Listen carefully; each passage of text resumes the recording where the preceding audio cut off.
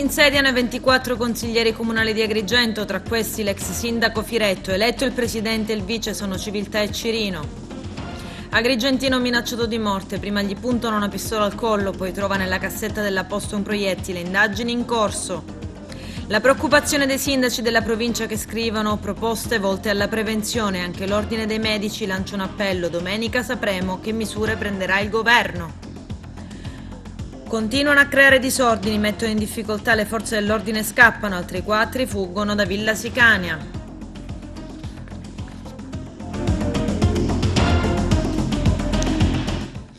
Bentrovati gentili telespettatori al nostro appuntamento con l'informazione. Il nuovo Consiglio Comunale di Agrigento si è insediato, 24 consiglieri hanno giurato ed è eletto il nuovo presidente di Aula Sollano che è Giovanni Civiltà e Valentina Cirino, vice. Il nostro direttore Arturo Cantella.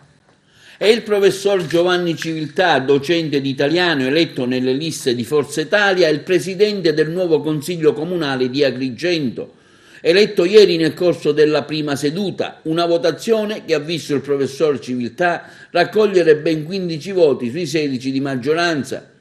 Uno è stato nullo dal suo raggruppamento, che hanno così permesso la sua elezione al primo scrutinio e che la nostra emittente ha voluto seguire in diretta raccogliendo tanti consensi, fornendo il giusto servizio alla città. Si è trovata la sintesi tra le diverse forze politiche del centrodestra. Oggi il centrodestra è compatto sulla provincia di Agrigento con uno schema che per certi aspetti ricalca quello del governo regionale, con Diventerà Bellissima, Forza Italia, il partito autonomista dell'onorevole Di Maro e Fratelli d'Italia. Credo che la votazione sia stato un po' il risultato delle diverse posizioni politiche che si esprimono in provincia. Un centrodestra che tornerà ad essere sicuramente protagonista nella prossima tornata elettorale. Abbiamo scelto come Forza Italia al secondo turno di appoggiare la candidatura di un agrigentino che ama profondamente questa città, la città di Agrigento. Oggi siamo orgogliosi di stare accanto al nostro sindaco, perché Franco Miccichè, il dottore Franco Miccichè deve essere il sindaco di tutti. Così come il consigliere Giovanni Civiltà, il presidente Giovanni Civiltà sarà il primus inter pares, sarà il presidente di tutti, al di là delle singole votazioni che sono state effettuate in aula. La seduta è iniziata presieduta dal consigliere Marco Vullo, il più votato in città, che ha gestito i 9 punti all'ordine del giorno, coadiuvato dal segretario generale dottor Michele Iacono. Tra il primo punto il giuramento dei neoconsiglieri, quindi l'esame delle condizioni di ineggibilità dalla carica di consigliere comunale, con nessuna rilevanza scaturita. All'inizio della seduta il sindaco Franco Miccichè ha voluto mangiare un mazzo di fiori per le donne presenti in aula, un gesto particolarmente gradito sia dalle interessate che dai presenti. Quindi si è proceduto all'elezione del vicepresidente che sostituisce il presidente ed è stata eletta Valentina Cirino, appartenente alla maggioranza, eletta nella lista Facciamo Squadra, Miccichè sindaco, con 328 preferenze. Io neofita della politica, tra l'altro doppia sorpresa, perché mi hanno nominato vicepresidente. Un ringraziamento particolare va ai consiglieri tutti che mi hanno dato fiducia, hanno riposto fiducia nei miei confronti e mi hanno dato la possibilità di ricoprire una carica molto prestigiosa. E poi in primis ringrazio i miei concittadini, con il loro consenso mi hanno dato la possibilità di essere qui oggi. Cercherò di fare tanto per Agrigento, ho intenzione di spendermi, io sono una docente e infatti il mio primo pensiero va alle istituzioni scolastiche, ai ragazzi, ai bambini. Ahimè il Covid ci ha dato la consapevolezza. Quella è l'esperienza anche del padre di Andrea Cirino, insomma, che tutti conosciamo in città. Consigli adeguati. La seduta ha visto anche la presenza dell'ex sindaco Firetto nelle vesti di consigliere comunale di opposizione, che con gli altri consiglieri seduti nel lato destro dell'aula consiliare, una novità poiché solitamente sedevano nella parte opposta. L'opposizione compatta ha votato il suo candidato a presidente del Consiglio, dando la preferenza al consigliere comunale Pasquale Spatario, il più eletto nello schieramento con 715 voti, che ha preso i suoi 8 voti dell'opposizione nel corso dell'elezione a Presidente del Consiglio. L'unità si è registrata anche sull'elezione di Margherita Bruccoleri, avvocato già presente nel precedente Consiglio comunale, eletta come vicepresidente vicaria del Consiglio, carica che solitamente spetta all'opposizione. Quindi dopo le elezioni della Commissione elettorale comunale, che ha visto l'elezione dei consiglieri La Felice di Fratelli d'Italia, Pietro Vitellaro della lista Buongiorno Agrigento e Angelo Vaccarella della lista Uniti per la Città, Miccichè sindaco, raccogliere ciascuno 8 voti. Quindi si è andati alla conclusione con il giuramento del sindaco Franco Miccichè e le sue dichiarazioni programmatiche. Che effetto fa sentirsi sindaco ufficialmente con la prima seduta del Consiglio Comunale? L'effetto è che sono emozionato, perché da presiedere la seduta da sindaco non è la stessa cosa quando io sono stato seduto qua 5 anni fa come assessore. Molta emozione, contentezza, tutto sta filando in maniera egregia, bene o male stiamo rispettando anche il distanziamento quasi. Certo, il periodo non è l'ideale per poter congratularsi, per potersi abbracciare, però è vero che tutto sommato l'atmosfera è distesa. Il dato politico è che Giovanni Civiltà è stato eletto, insomma la maggioranza ha retto a prima votazione. Sì, ma penso che sia stata premiata anche la persona, e Giovanni è una persona per bene, Giovanni Incampo è una persona colta, istruita e sa anche tenere sicuramente, saprà anche tenere sicuramente questo consiglio, lui peraltro è esperiente, quindi penso che tutto sommato sia stata una elezione saggia. Ed adesso vi mostriamo le reazioni live estrapolate dalla diretta di ieri dell'insediamento del Consiglio Comunale di Agrigento. L'integrale lo potrete seguire invece alle 15:50 e a 00:30. Vediamo. Ecco, siamo qui in diretta, un attimo parliamo con due consiglieri comunali nuovi, una valutazione di questa prima seduta. Consigliere Vaccarella. Stiamo venendo di fare l'altra commissione, la commissione elettorale, dopo aver eletto i 3 presidenti comunali, che sono Giovanni Civiltà, come avete visto, con 15 voti, la Cirino con 15 voti e la Bruccoleri con 8 voti. Ora stiamo valutando per fare la commissione elettorale. Ecco, lei all'inizio aveva creato un problema, insomma, sull'interpretazione del numero della maggioranza, che poi è stata ribadita. Qual era la sua tesi? La mia tesi è che c'erano bisogno di 16 voti, ora il segretario mi diceva che la legge del 92 abroga il regolamento comunale, quindi faccio fede di quello che ha detto il segretario generale. Siamo qui con Gramaglia, un attimo in diretta, una battuta velocemente, impressione della prima seduta elettorale, ritorna, insomma, si ritorna, qualche amarezza però.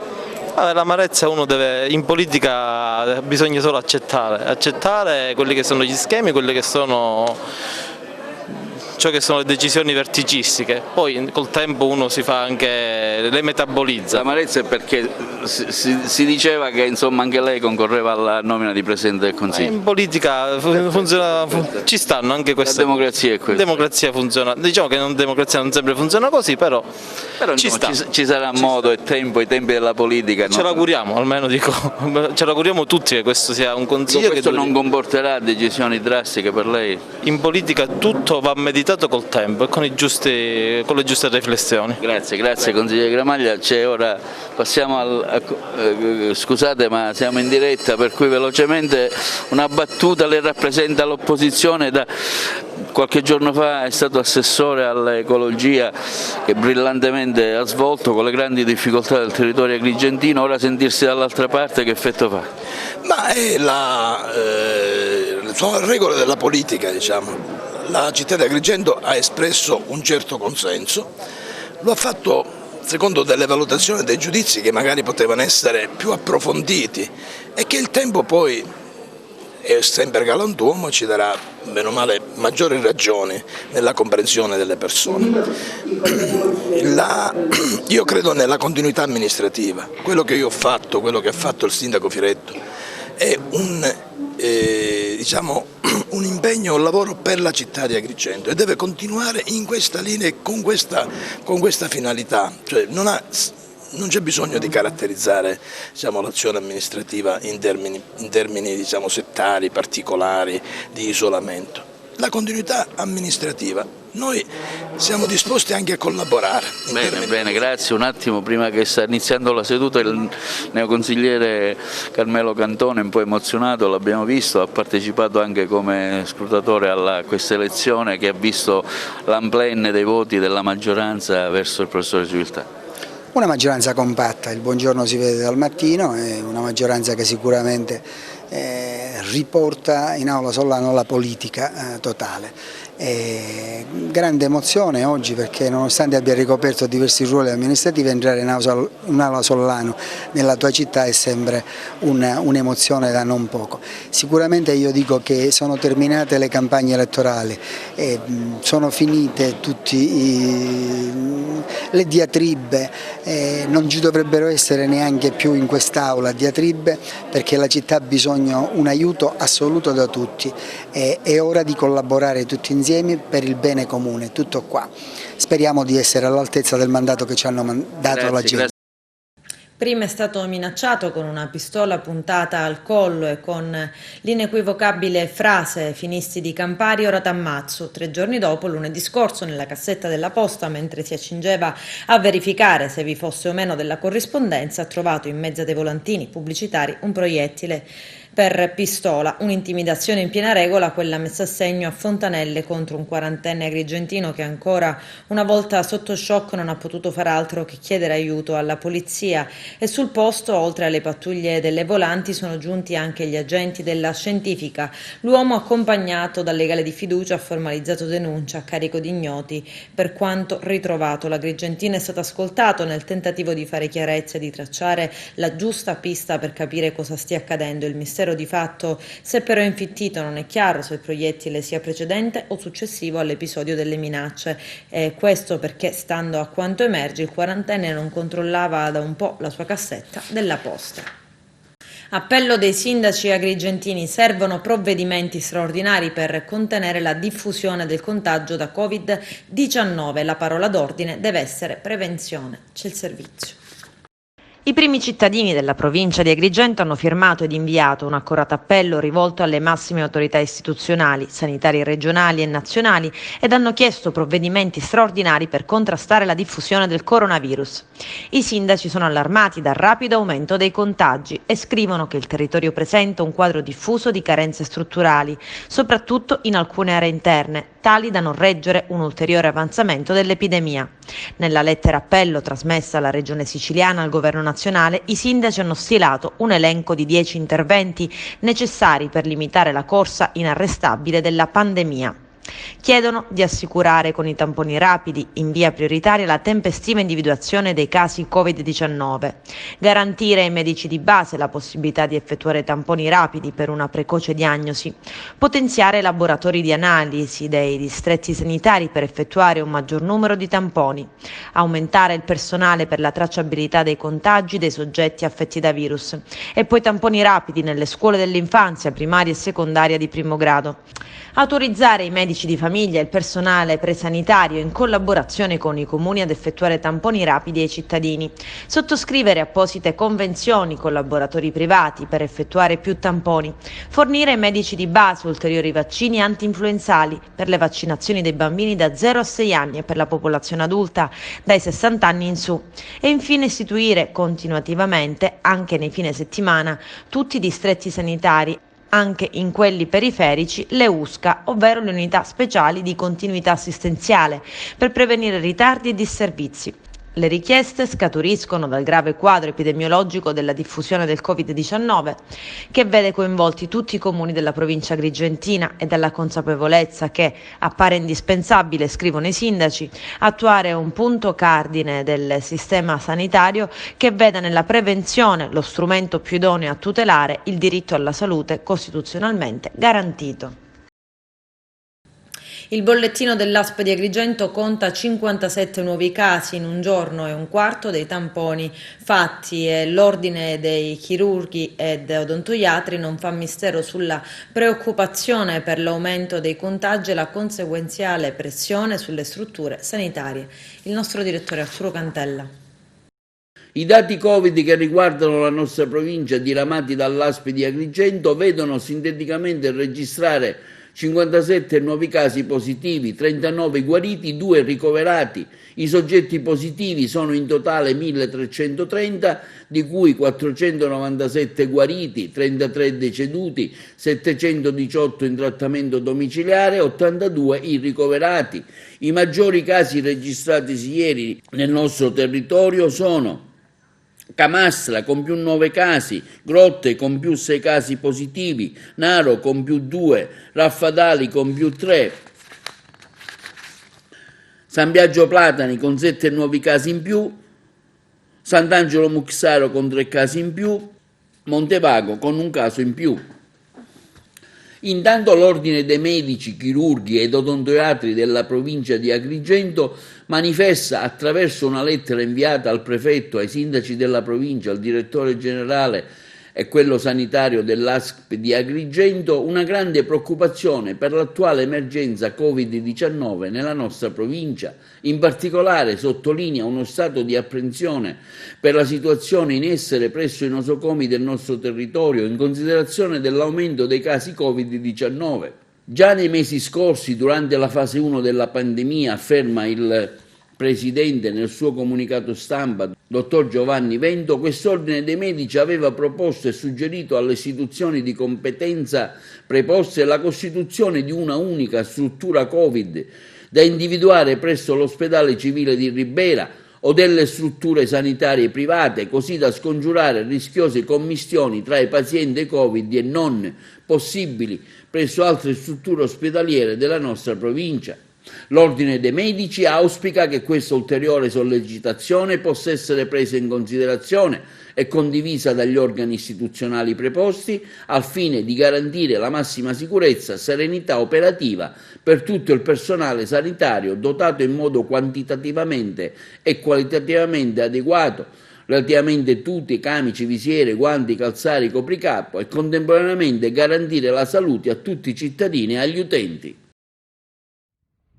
In Sicilia sono in corso i lavori di ulteriore ampliamento della rete delle terapie intensive che andranno ad aggiungersi ai posti letto attualmente esistenti in tutto il territorio. Si tratta del piano di protezione civile redatto a luglio dall'assessorato regionale alla salute, ma approvato solo lo scorso ottobre dal Dipartimento Nazionale di Protezione Civile, che il Presidente della Regione, nella sua qualità di commissario straordinario, ha reso operativo. Nelle scorse ore in particolare sono stati consegnati a Messina i lavori per la realizzazione al padiglione C del Policlinico Martino di ulteriori 16 posti di terapia subintensiva, destinati in questa fase a pazienti affetti da Covid-19. 8 di questi posti, a pressione negativa, potranno essere immediatamente riconvertiti, in caso di necessità, in terapia ad alta intensità di cura. Il progetto prevede che le lavorazioni si svolgano in 2 turni e, ove si presentino le condizioni, anche in 3. I nuovi posti rappresentano un'ulteriore dotazione rispetto al piano regionale che già prevede per il solo Policlinico di Messina 86 posti in degenza ordinaria e 24 in terapia intensiva.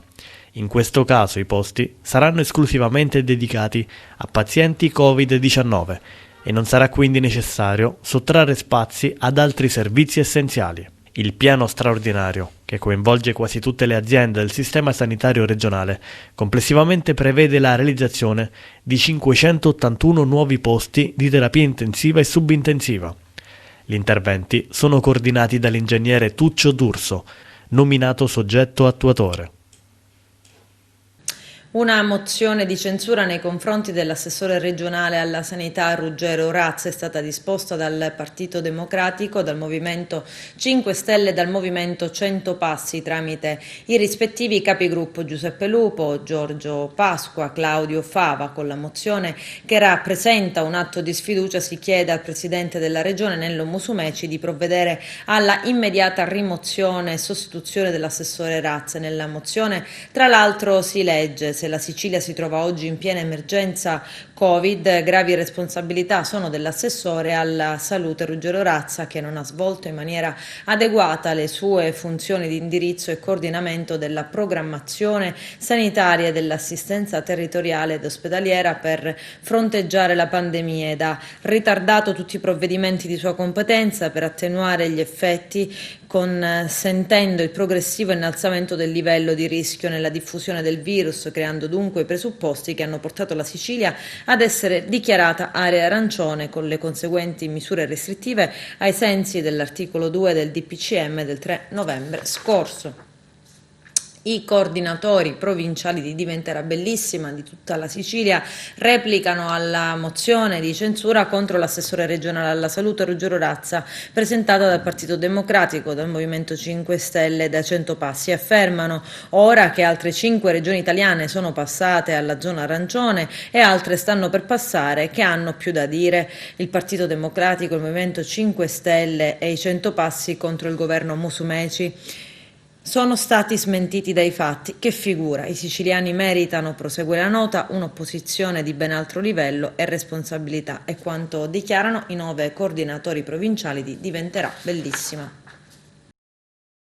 La città metropolitana di Palermo prepara una nuova stretta anti-Covid. Il sindaco Leoluca Orlando infatti sta predisponendo un'ordinanza che impone il divieto di stazionamento in tutte le aree del centro storico dalle ore 16 alle ore 22. Si potrà passeggiare, restare in fila per entrare nei negozi, ma non ci si potrà fermare per strada. Nei weekend il divieto verrà esteso per l'intera giornata a tutte le spiagge da Sferracavallo ad Acqua dei Corsari.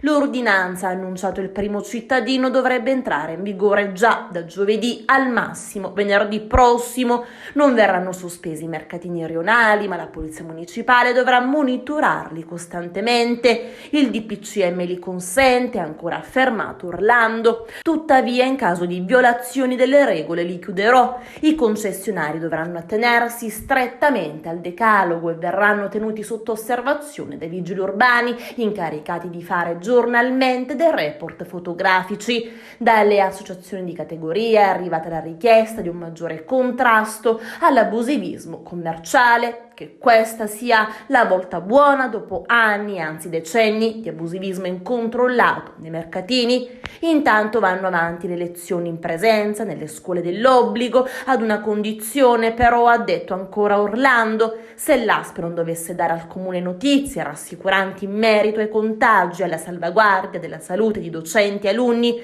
con i poteri di protezione civile da lunedì potrei chiuderle, come ha fatto il sindaco di Bagheria. È una misura che non vorrei adottare, ma che sarà necessaria se non si farà chiarezza. A tal proposito ho scritto, dice ancora Orlando, all'ufficio scolastico regionale per sapere se nelle scuole dell'obbligo si frequenta in sicurezza. Il provvedimento che il sindaco si appresta a firmare ricalca insomma quello del 22 ottobre scorso, che era stato sospeso alla luce dell'ultimo DPCM. Gli assembramenti avvenuti nel weekend hanno indotto Orlando e l'intera giunta a riattivarlo, inasprendo di fatto le misure di contrasto al virus.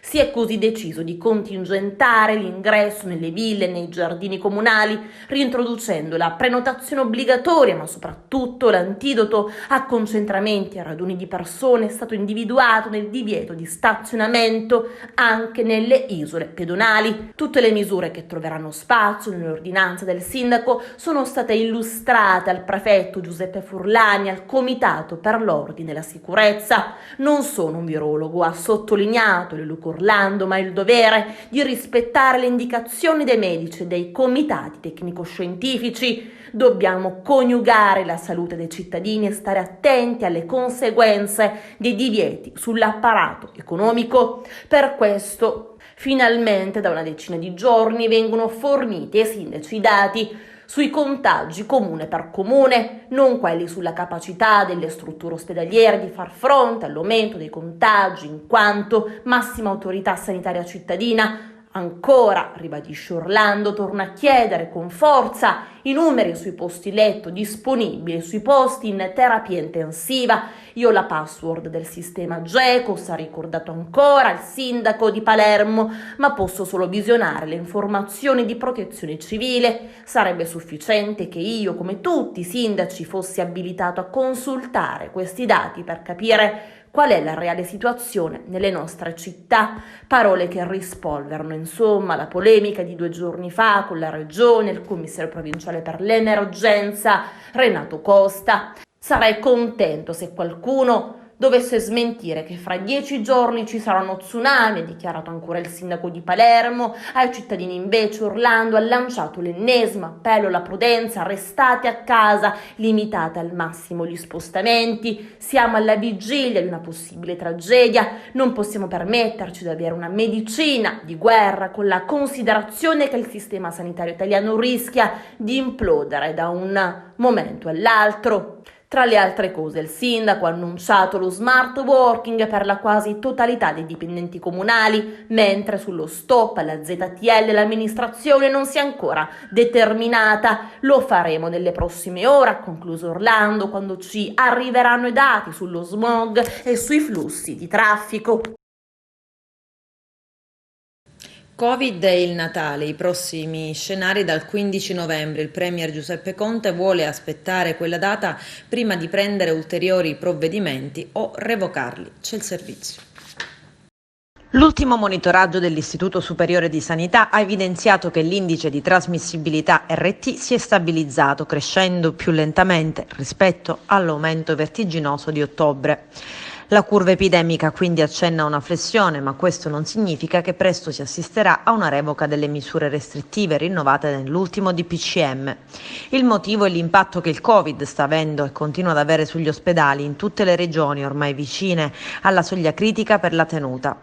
Il 15 novembre, domenica prossima, è una data da segnare in rosso, perché da quel giorno si potrà capire che direzione prenderà il governo in vista del Natale.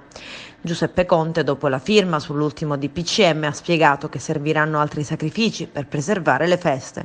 Da una parte c'è chi spera per un allentamento delle misure, dall'altra c'è chi spinge per una chiusura totale, medici in testa. Un lockdown c'è già, anche se soft e non uniforme. Per capire che succederà tra un mese saranno cruciali i prossimi giorni. Il Presidente del Consiglio vuole aspettare gli effetti delle misure intraprese, quindi il 15 novembre. Superata quella data si faranno altre scelte che, date le tempistiche, decideranno le sorti del Natale. Ennesima fuga di migranti dal centro d'accoglienza Villa Sicania a Siculiana, dove erano alloggiati.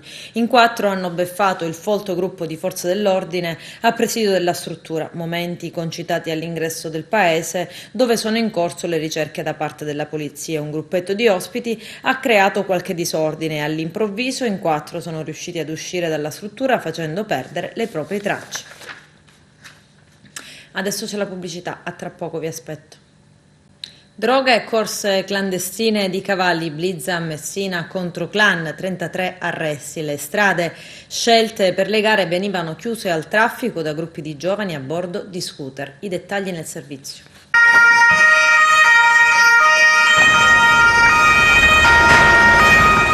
Nel corso della notte i carabinieri del Comando Provinciale di Messina hanno dato esecuzione ad ordinanze applicative di misure cautelari, personali e reali emesse dal GIP presso il Tribunale di Messina su richiesta della Procura Distrettuale Antimafia nei confronti di 33 persone ritenute responsabili a vario titolo dei reati di associazione di tipo mafioso, corse clandestine di cavalli, scommesse clandestine su competizioni sportive non autorizzate, maltrattamento di animali, trasferimento fraudolento di valori, estorsione, associazione finalizzata al traffico illecito di sostanze stupefacenti, spaccio di sostanze stupefacenti.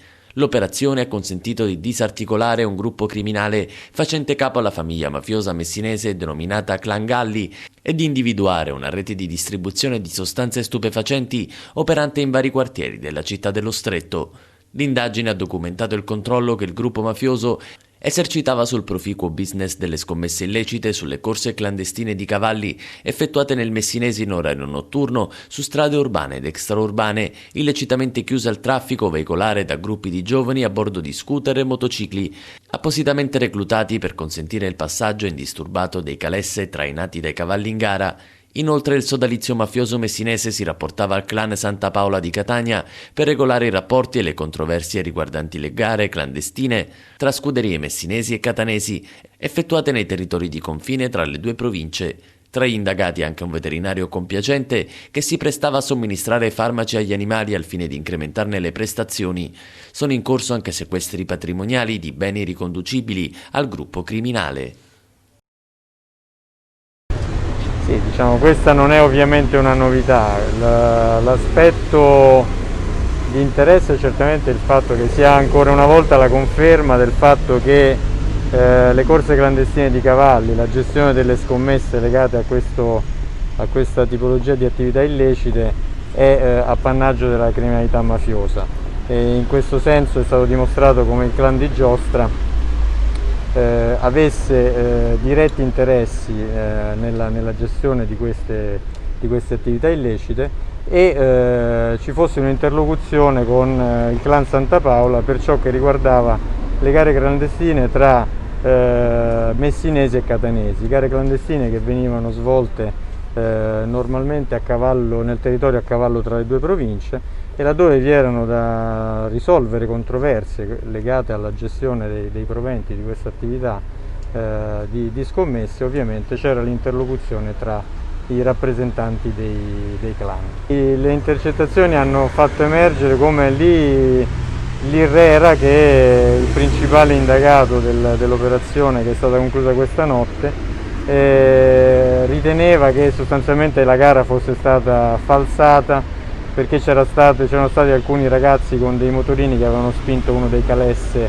della compagine avversaria. Da qui ne nasce una controversia, un incontro a Catania per dirimere la questione e ridisputare nuovamente la gara. Quindi l'azione investigativa ha consentito di ricondurre responsabilità individuali a un gruppo di soggetti per il quale è stato contestato il reato associativo mafioso, quali componenti diciamo del clan Galli, quindi del clan operante su Giostra, e poi vi è, grazie al lavoro della compagnia di Messina Sud, tutta una parte che riguarda la gestione di piazze di spaccio nei territori di Villaggio Aldisio, Santa Lucia Sopra Contesse, e poi vi è anche un'attività emersa, attività di spaccio nel rione Giostra. Sono accusati di segnalarsi a vicenda i posti di blocco su un gruppo WhatsApp. Per questo il sostituto procuratore della Repubblica Paola Vetro ha chiesto il rinvio a giudizio per 62 indagati, quasi tutti di Canicattì, iscritti e partecipanti a un gruppo WhatsApp denominato Uomini in mezzo a via. Si sarebbero avvisati a vicenda facendo veicolare le informazioni a terze persone della presenza di uomini delle forze dell'ordine sparsi per il territorio e anche di autovelox. L'udienza preliminare si tiene davanti il giudice per le indagini preliminari Alessandra Vella. L'indagine condotta dai poliziotti del commissariato di Canicattì è stata avviata dopo il ritrovamento casuale del telefono cellulare di uno degli iscritti al gruppo. L'accusa per i 62 indagati è quella di aver interrotto e turbato i servizi di controllo delle forze dell'ordine attraverso lo scambio di informazioni in maniera costante e coordinata circa la presenza di posti di blocco sulle strade. Lavori di potatura al Viale della Vittoria ad Agrigento. A darne notizie l'assessore comunale al verde pubblico Giovanni Vaccaro. Erano stati annunciati alcuni giorni fa, ma si è dovuto attendere i tempi della burocrazia per poter dare inizio alla potatura dei ficus Benjamin. A seguire si interverrà nel quartiere di Fontanelle, poi si proseguirà con il centro cittadino prima e la periferia dopo. I lavori proseguiranno a breve anche in via Dante, via Empedocle e in altre aree.